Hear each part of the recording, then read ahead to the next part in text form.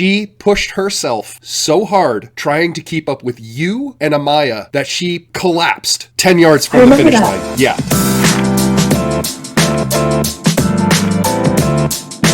Wow. I have Kinga, and please help me say your last name.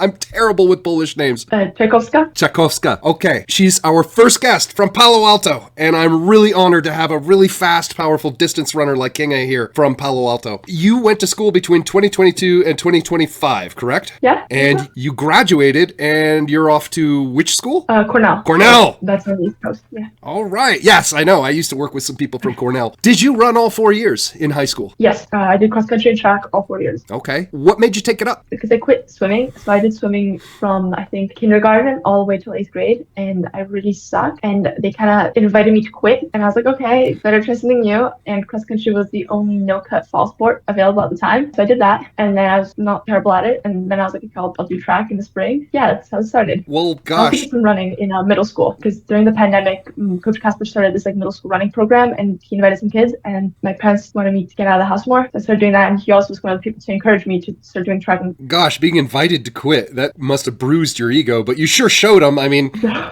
I wanted to quit. I did not like swimming. It was not my sport. Okay, it just wasn't a good fit. Well, you sure found a good fit. Wow. I have your PRs here, and I was surprised for cross country. I can only find 3 of them. If you have some other ones, feel free to chime in and tell me about them. I have here that you have, I don't even know where this course is. You have 2.16 miles, and you did that in 12:21.8. Where was that? I don't know. Honestly, a lot of the coaches have like weird distances. It could have been anything from like that. That might be, there's like this dual meet we have between us and Gun at the start of the season. That's in ballpark, and it's really short. We kind of just go there and demolish Gun and take them around a bit.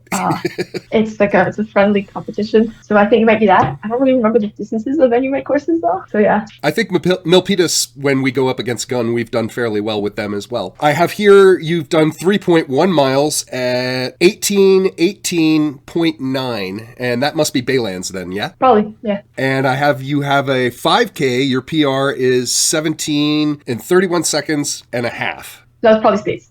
That was definitely states actually. Okay, so, yeah, state. You made it to state? Yeah. Was that this year? Yeah, so that was this year. So that was my last race of the cross-country season because I elected to not go on to like regionals for, there's this other, it's not NXM, not that cool.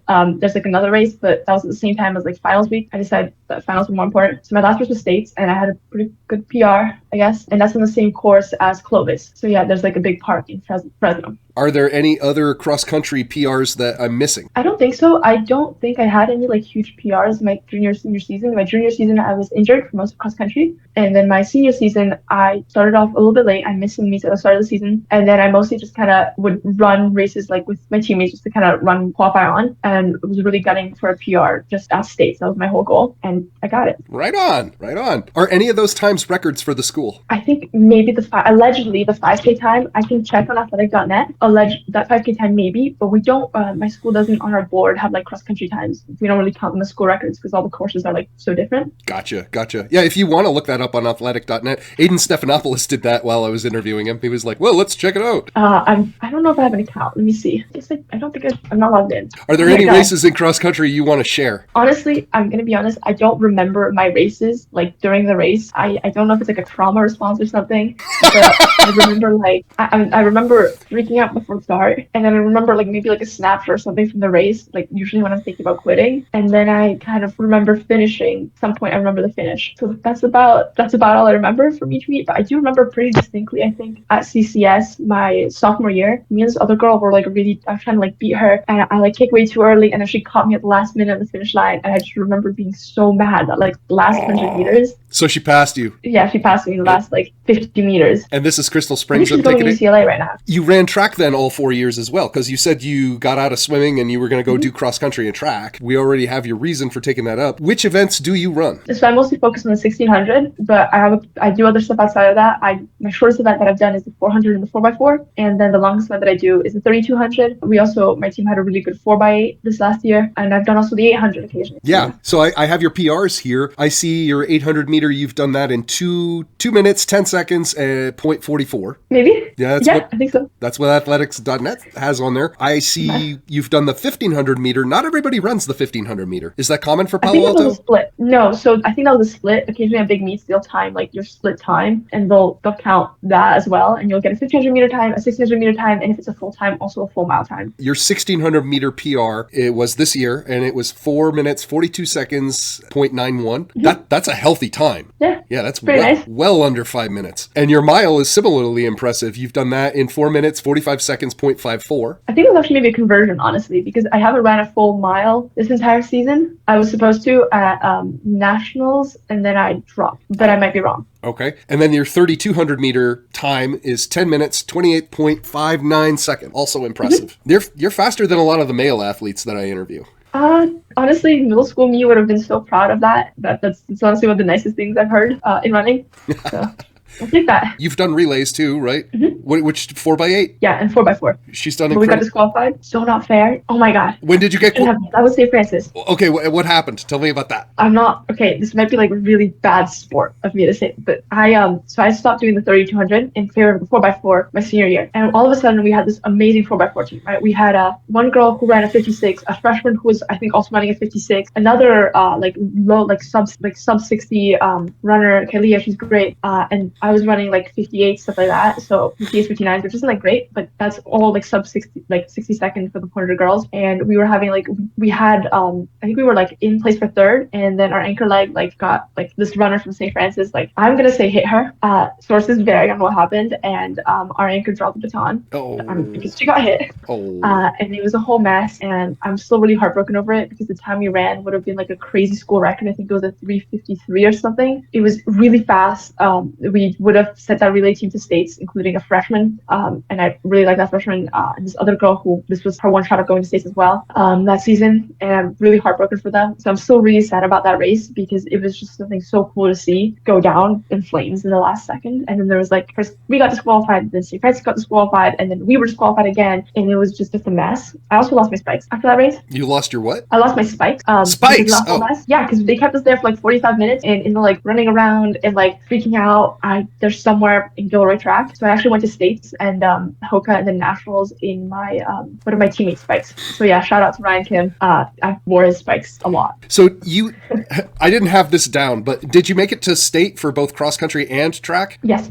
How did you do for cross country? I did pretty good in cross country. I got second in Division 2, and I feel like almost like getting first because the girl who won Division 2 cross country is Sadie Hart, who I'm not beating. Nobody's beating her in California. So, she won Division 2 states, and I was second, and then Amaya was fourth, and that was really cool because we came in basically right next to each other on the finish line, which is amazing. I really like her. Like as like a teammate, we were like pushing each other the whole race. Like I could see her, she me, we were like passing each other and like working together. That was great. That was I think one of the most memorable moments out of any of my like big meets, was just kind of like working with each other, get as many people as we could in the last 80 meters. I got a pretty great PR there. I never thought I would be like running. When I was a freshman, I didn't think I'd break like 19, and I was here running like a 17:31. Yeah, that's pretty cool. That's a pretty good time. And how did you do for track when you went to state? You ran the 1600 or 3200 or both? No, so I didn't this year at states. I didn't do the 3200 because I scratched the 3200 in favor of the 4x4, which I already told you how that went. So I did the 1600 and the 4x8. I got a huge PR in the 1600. I ran a 4:42 high. I got fourth, and I was honestly expecting at one point that I was going to collapse during the race because it was just so hot. And my parents, in preparation for the race, they got me like an ice vest, and like I had like a cooling towel, and I was like drinking so much water. The 1600 has a preliminary race the day before, and I drank so much Gatorade because I was worried about being dehydrated for the preliminary race that afterwards I was just like vomiting Gatorade. Like I think 5 solid minutes afterwards, I was just like horrible experience. I don't know why they have that race in Clovis. Terrible weather. Is it in the morning or in the afternoon? It was in the afternoon, which was great. It wasn't even in the evening. It was that like the first day it was at around like 5, and the second day is around like 6, and it was at the peak of the heat around then. It was like over 90 degrees both days, super dry, horrible, terrible experience. So I'm actually really happy. I guess I didn't do the 2 mile that year. I did the 2 mile the year before because I qualified for the 1600 and the 2 mile my junior year. But then I fell during the 1600 prelims, so I ended up just doing the 2 mile. But I did pretty okay in the 2 mile, so I'm happy with that. You definitely got my attention last year. I have a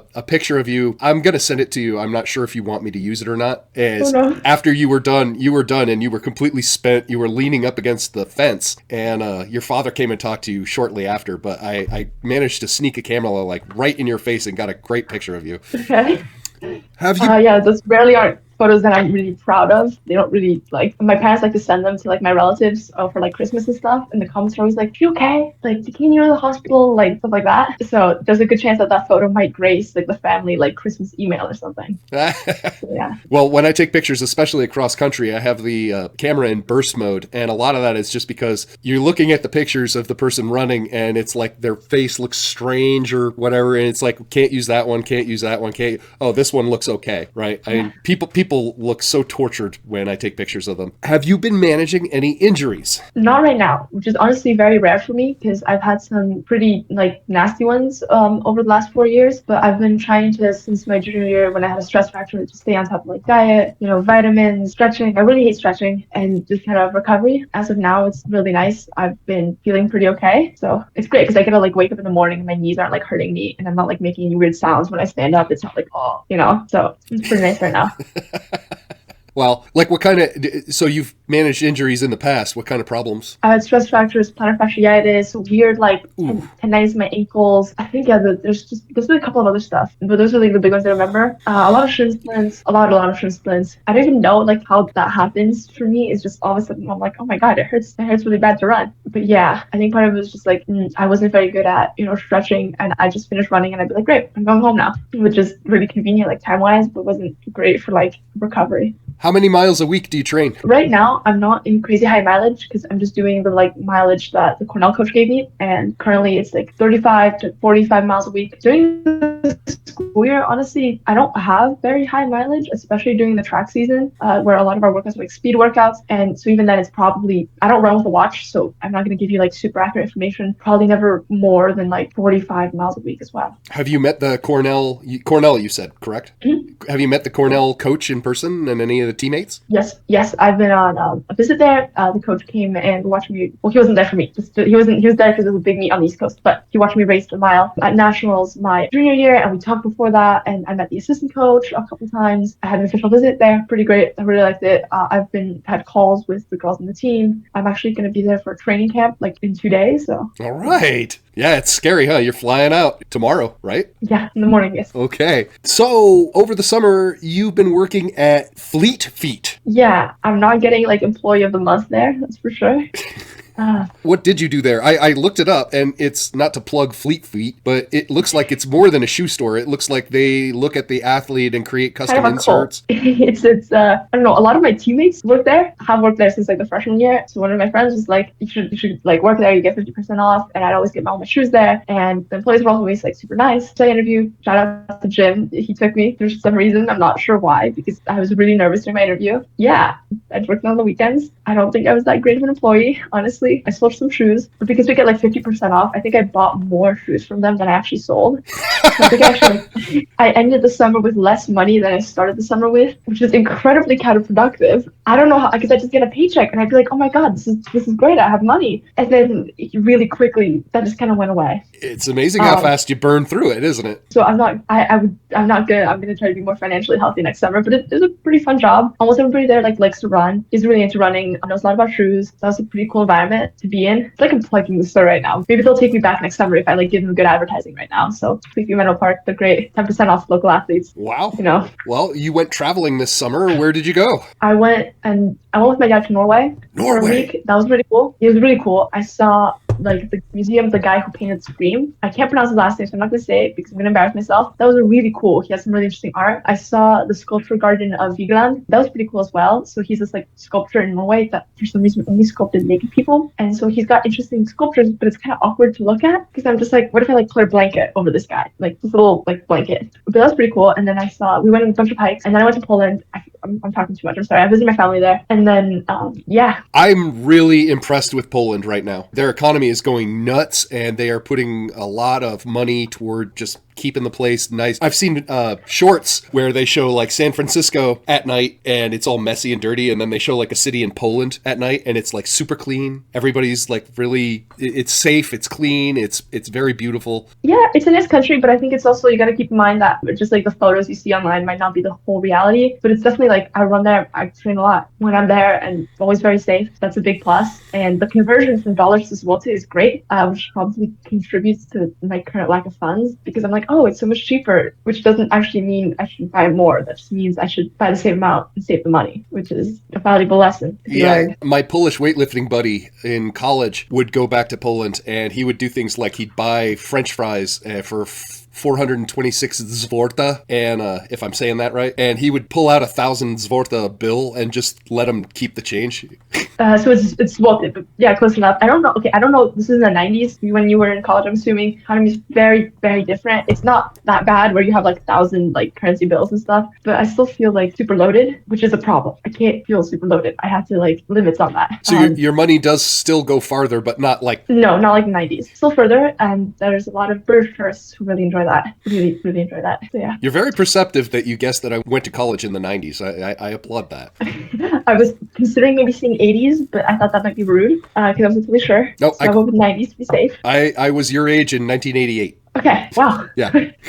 Wow. All right. That's around like my dad's age. Who do you look up to? In running or like in general? In running. Oh my gosh. Okay, obviously like Jane Hedingren, not just because she's like a head taller than me, so I like literally have to look up at her, but also because she's like really cool and has all the records and was like super fast. And actually my one claim to fame is I was at a meet and I stood in line to the bathroom next to her, which was amazing. Yeah. I know, I was in line to the bathroom with Jane Hedingren. I'm like gonna talk about that for the rest of my life. We were actually in the same race. It didn't count because she had a different pacer than the rest of us because this was Hoka Festival miles and she was so fast. They had one lady for her and one lady for like the plebs that weren't running like 426 or whatever she was doing. So, you know. That's a pretty good 1600 time, 426.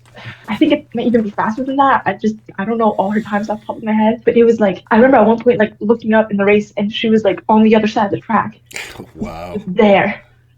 Just going. I was like, oh my god, terrified. I was genuinely convinced she might lap me at some point. But she didn't. There's that. So that's definitely another thing I look up to. Obviously, there's like Sadie Hart, there's Nikki Hiltz. They're actually from the CCS area originally. They went to Aptos for high school, which is really cool. I don't know if you probably have heard of them if you follow track. They had the American record in the mile for a bit. It got like taken back, but I think they might like regain it. And the women's mile, they won in the USATF championship with the 1500 meters recently. I think it's like their 6th time winning a USATF championship. You know, they're an Olympic athlete. They're just really cool. And, you know, CCS represent. There's an 8th grade girl, and she's going to be a freshman, and she's thinking about taking up distance running sports. What advice does Kinga have for her? It's definitely going to depend. I think a couple of things, especially if she's thinking about like recruiting, it's not put all your eggs in one basket. Like focus on school, maintain good grades, have other like interests and hobbies as well. Don't get like so swept up in the sport that it becomes like your entire like identity. But also, I feel like a lot of younger athletes, especially ones who get into like distance running later on instead of doing it in middle school, kind of doubt themselves too much. Instead of like going to a big meet, they're like, oh, I'm not ready yet. Let me try next year. But nothing's like guaranteed in track. It's very easy to get an injury next year or not be able to go because of grades or school or somebody else qualified instead of you. So I think it's important to take every opportunity you see and try it. I mean, you're not always going to win. You might be dead last, but it's always worthwhile to have that experience and to not have it. So yeah, those are like my 2 big ones that I would have. That's a beautiful answer. I love that. It's basically your answer. Your answer is seize the day. I guess it's more like the season. And like, don't kill yourself because you know there's some people who are like, I have like shin splints and my knees don't work and stuff, but they're like, I have to go now, and that's also not worth it. But don't too many people like limit themselves. I feel like in track, especially like in like girls track, because it's easy to be afraid because there's not as many girls as there are guys. It's easy to like be worried because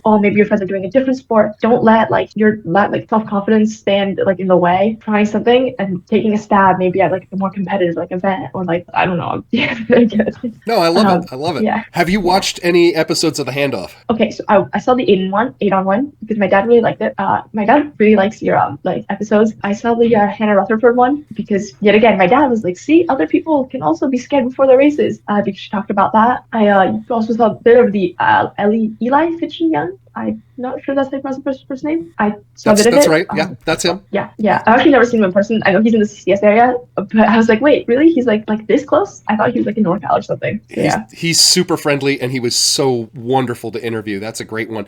But I have an episode I want you to watch. Okay. Episode, I believe it's 3, the one for Aziza Acosta. Oh my God, wait, you interviewed her? Yes, I did. And I think you're going to probably turn red. She pushed herself so hard trying to keep up with you and Amaya that she collapsed 10 yards from the finish line. Yeah. I remember that race distinctly because of Aziza. I remember being really concerned about her afterwards because she all of a sudden had this like insane acceleration. And I was like, oh my God, I have to go now too. We all just sped up so much. And I really like her. I was really heartbroken that she fell because while I'm not supposed to say, oh, like she's one of my favorite like younger like underclassmen athletes in CCS, she kind of is. I really love her. I wish she went to Pali. I've been trying to like sales pitch like Cornell to her as hard as I can, because now she's like old enough to start talking to coaches because she's past the sophomore year summer. She's great. So it's really cool. I actually didn't know you interviewed her. I'm gonna have to watch that. Yeah. I believe she's episode 3, and I gave her the option of not talking about that, but she wanted to talk about it, and so it's really a fun episode. I have nothing but incredible admiration for you guys when you push yourself so hard that your brain says yes, but your body says no. I mean, that's astounding to me. I have here Kinga Czajkowska. Is that close enough? Yeah. Kinga has always really impressed us. She's had super fast times. She almost always finishes first. I've watched her do so over 2024 and 2025, come in first again and again. Kinga, you're a really charming young lady. You're very well spoken, in my opinion. We wish you nothing but luck at Cornell, and I'd like to have you on again sometime once you're in college, if you're receptive to that. Okay. If I do something cool in college, sure. I just have to like do well, I am very confident you're going to do well. Well, thank you so much for this interview. It was wonderful. It's been wonderful watching you run. We wish you all the best off in college. Okay. Thank you very much. All right.